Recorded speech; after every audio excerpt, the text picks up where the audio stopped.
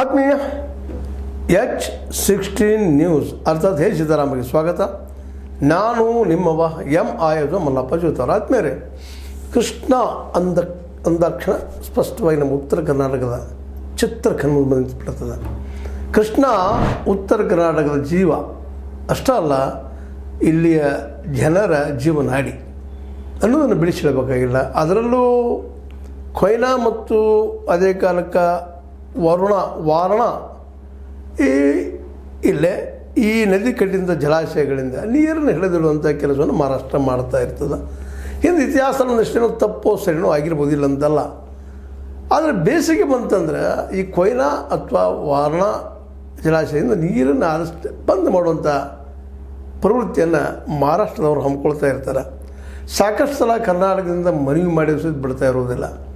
ಇವೆಲ್ಲ ಹಿನ್ನೆಲೆಯಲ್ಲೇ ಯಾಕಪ್ಪ ಅಂತಂದ್ರೆ ಈ ಉತ್ತರ ಕರ್ನಾಟಕದ ಜೀವಜಲವಾದಂತಹ ಕೃಷ್ಣೆಯನ್ನು ಆದಷ್ಟು ಉತ್ತರ ಕನ್ನಡದ ಎಲ್ಲ ಪ್ರದೇಶಗಳು ಮುಟ್ಟಿಸುವಂಥ ಕೆಲಸ ಆಗಬೇಕಾಗಿದೆ. ಬಟ್ ಅದು ಆಗ್ತಾಯಿಲ್ಲ. ಈಗ ನೋಡಿರಿ, ಬೇಸಿಗೆ ಬಂತು, ಕೃಷ್ಣ ಖಾಲಿ ನೀವು ನೋಡಿದ್ರೆ ಗೊತ್ತಾಗ್ತದೆ. ಎಲ್ಲಿ ನೋಡಿದ್ರು ನೀರು ನೆಲಕ್ಕೆ ಹಚ್ಚಿಬಿಟ್ಟಿರ್ತದೆ. ಇಲ್ಲ ಅಲ್ಲಿ ಈವನ್ ಕೆಲವು ಈ ಪರಿಸ್ಥಿತಿ ಬರ್ತದೆ, ದನ ಕರುಗೊಳಿಸಿದ ನೀರು ಕುಡಿಸಲಾರದ ಪರಿಸ್ಥಿತಿ. ಬೆಳಗಾವಿ ಆಗಿರ್ಬೋದು, ಬಾಗಲಕೋಟೆ ಆಗಿರ್ಬೋದು, ಅದರ ನಂತರ ಬಾಗಲಕೋಟೆಯ ನಂತರ ಯಾದಗಿರಿ ಆಗಿರ್ಬೋದು, ರಾಯಚೂರು ಆಗಿರ್ಬೋದು, ಇವೆಲ್ಲ ಜಿಲ್ಲೆಗಳಲ್ಲಿ ವಿಜಯಪುರ ಆಗಿರ್ಬೋದು, ಇವೆಲ್ಲ ಜಿಲ್ಲೆಗಳಿಗೆ ಇದು ನಿಜವಾಗಿಯೂ ದೊಡ್ಡ ಒಂದು ಆಶ್ರಯ ಆಗಬೇಕಾದಂಥದ್ದು. ಅದಕ್ಕಾಗಿ ನಮ್ಮಲ್ಲೇ ಡ್ಯಾಮ್ಗಳನ್ನು ಕಟ್ಟಿದ್ದಾರೆ.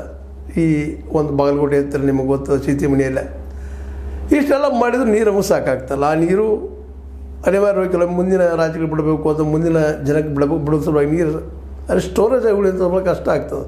ಆದರೆ ಈ ಬಾಗಲಕೋಟೆಯ ಈ ಸೀತಿಮಣಿ ಡ್ಯಾಮ್ನಿಂದ ಆ ಹಿಂದಿನ ಪ್ರದೇಶಕ್ಕೋಸ್ಕರ ನೀರು ಇನ್ನೂ ಭಾಳ ಕಡಿಮೆ ಆಗಿ ಹೋಗ್ಬಿಡ್ತದೆ.